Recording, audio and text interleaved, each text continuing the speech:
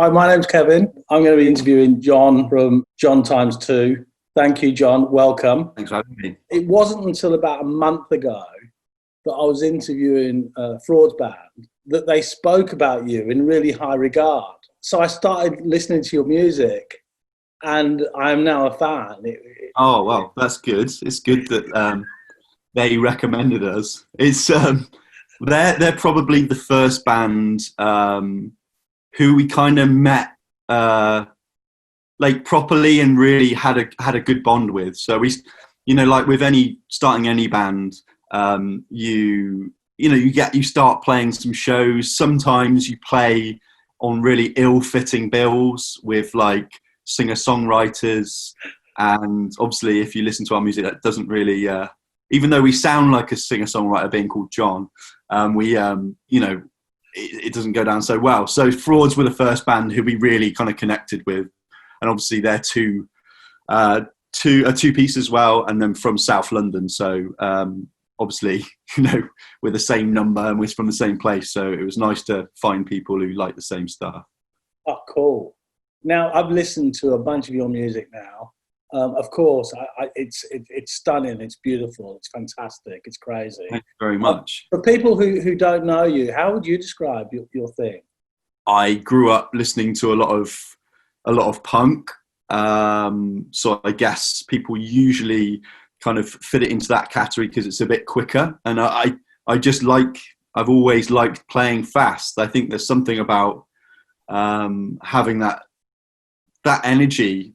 I mean, because obviously it's a live band, so you have to really be. I really want to feel the music while I'm playing it, and often playing fast.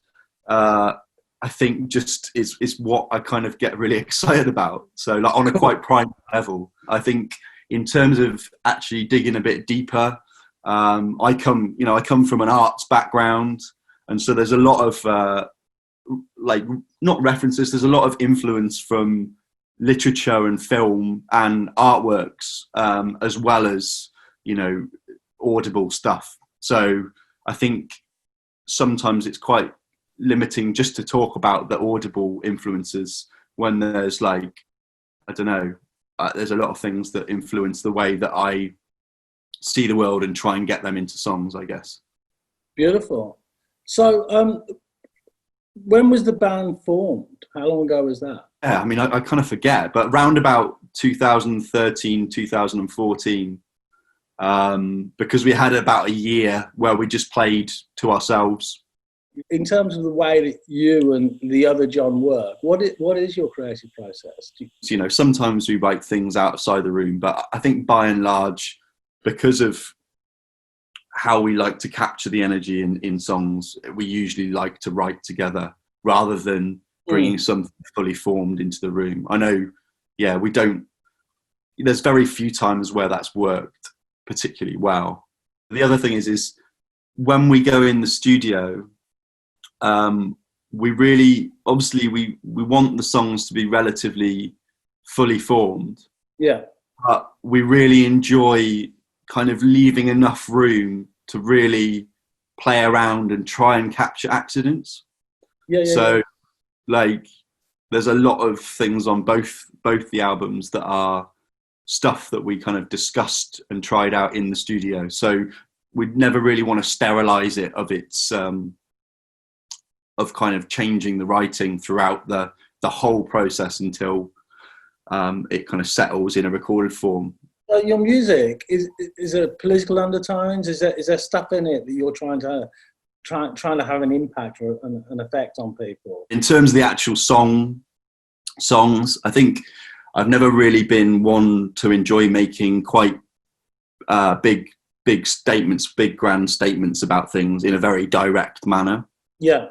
But I do think, there are things that I'm thinking about that kind of subtly seep in to the songs, and that's often just because of the environment that I'm looking at, or the certain, noticing certain things like,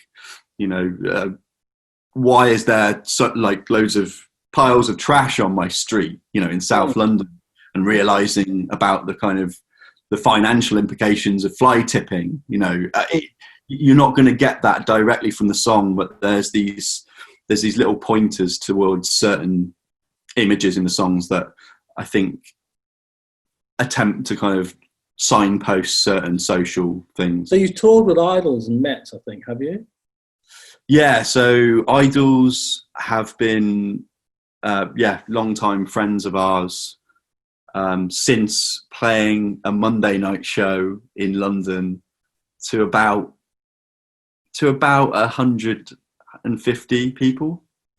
But I think we just spoke to them. It was us, Frauds, and Idols. Yeah. And it just, again, we realised it was quite early on, and we realised we really liked these guys. We just got chatting, and as they grew, I kind of thought maybe, this might, it might be more difficult to play with them. It might be bands who they're kind of affiliated with on labels or agencies or whatever.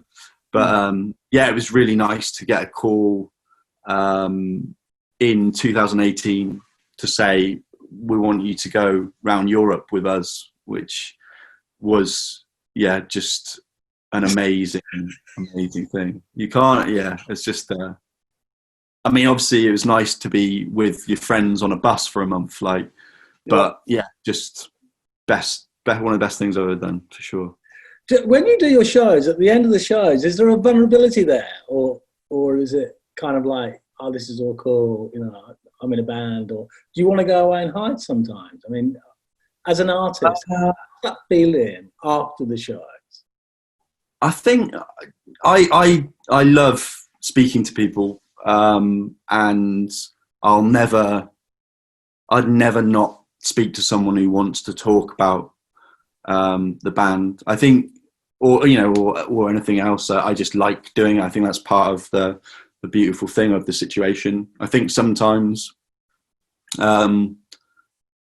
sometimes you can get quite, I struggle quite a lot with anxiety anyway. So sometimes, like, you can feel like that, but I'm quite good with my triggers now. So even though, sometimes I can, I feel like that. And actually Johnny's really good with that as well. So if you're, if you need a bit of time, we can swap over on the merch and stuff like that. So, so it's, I love speaking to people. So I don't think there are any times where I've just wanted to run off, but yeah. Cool. So you enjoy engaging with humanity, with human beings? Yeah, it's just, it's why we do it, really. We're nothing without the people out the front. So, who's your musical inspirations? Who are the people you kind of like look around to and go, wow? I think it's anyone who's really developed like a real practice of ideas and songcraft. So, like Joe Casey from Proto Martyr would be a very, very good example. Someone who kind of came quite late to performing, but the kind of intricacies of his lyrics, which are like poetic, but they sound great, and also they have like a resonant effect, again, in that way that is not too direct, but is, he's just so good at what he does. Obviously the whole band are, but I think the lyrics in general are great, and I think he's quite an interesting character in terms of his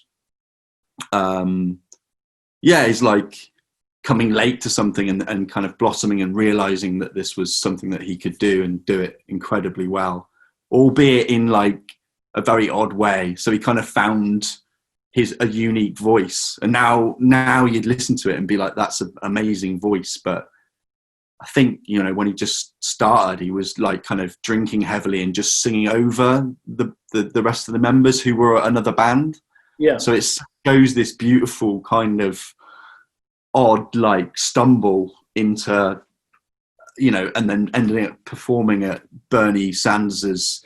Obviously, I know he's not running anymore, but, like, that's an amazing kind of evolution. Someone like Nick Cave is a great example of that as well, where it's just grown from different and sprouts off into all different places.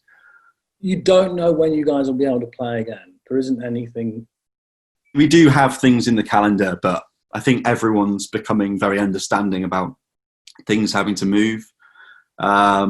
Thankfully, a lot of the stuff that was really exciting that we had coming up, obviously through summer, like all the festivals got cancelled. So it was pretty tough mentally because, like, I don't know, obviously it's hard to judge when you're inside the band, but like, I don't think we're not a huge band. We're certainly, it's been great to see more people come on board, but like, you can certainly feel like you were going to lose these beautiful opportunities that you had.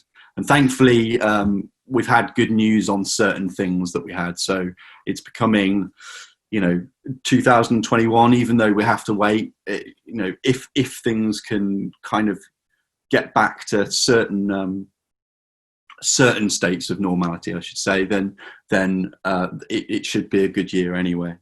It's been an absolute pleasure talking with you, and thank you for sharing with the Australian people, and maybe through this process some people will get to know who you are and get to enjoy your art and your music. It's been wonderful. Yeah, thanks very much. Great. No, it's I know of quite a few Australians who have picked up records because obviously we ship them off, and I know that our agent has some good, he knows some good people out there. So hopefully, we'll get to a point where it's feasible for us to come out and play, in Oz. So yeah, let's just wait till this blows over, and hopefully we'll have a better world. All right. Thanks again, man. It's been beautiful.